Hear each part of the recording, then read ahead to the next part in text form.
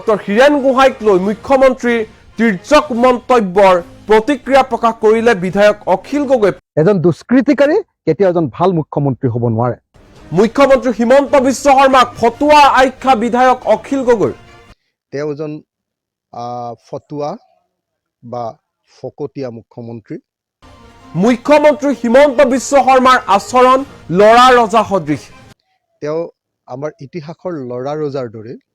Doctor Hiren গোহাঁইক মুখ্যমন্ত্ৰীয়ে অপমান কৰাটো অতি দুৰ্ভাগ্যজনক। এনেকুৱা অভদ্ৰ, অসভ্য, অশ্ৰাব্য এনেকুৱা ধৰণৰ বক্তব্যৰ জৰিয়তে কেৱল ডক্টৰ হীৰেন গোহাঁইক অপমান কৰা নাই, সমগ্ৰ অসমীয়া জাতিটোক অপমান কৰিছে। অসমৰ ইতিহাসৰে অন্যতম এজন সৰ্বশ্ৰেষ্ঠ বৰেণ্য বুদ্ধিজীৱী হৈছে ডক্টৰ হীৰেন গোহাঁই।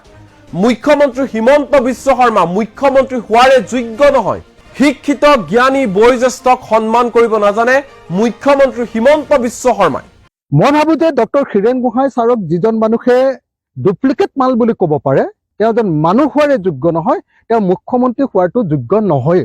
ডক্টৰ হীৰেন গোহাঁইক লৈ মুখ্যমন্ত্ৰীৰ তিৰ্যক মন্তব্যৰ প্ৰতিক্ৰিয়া প্ৰকাশ কৰিলে বিধায়ক অখিল গগৈ। পুনৰবাৰ কৈছো, কালি দেখা পোৱা গৈছিল যে সংবাদ মাধ্যমৰ সন্মুখত ৰাজ্যৰ বিশিষ্ট বুদ্ধিজীৱী ডক্টৰ হীৰেন গোহাঁইক তীব্ৰ কটাক্ষ কৰিছিল, সমালোচনা কৰিছিল ৰাজ্যৰ মুখ্যমন্ত্ৰী হিমন্ত বিশ্ব শৰ্মাই। তেওঁ উল্লেখ কৰিছিল যে মই মোৰ 55 বছৰীয়া জীৱনত ডক্টৰ হীৰেন গোহাঁইৰ দৰে ডুপ্লিকেট মাল দেখা নাই, এনেধৰণৰ মন্তব্য কৰিছিল হিমন্ত বিশ্ব শৰ্মাই। যাৰ প্ৰত্যুত্তৰ দিছে এতিয়া ৰাইজৰ দলৰ সভাপতি তথা বিধায়ক অখিল গগৈ।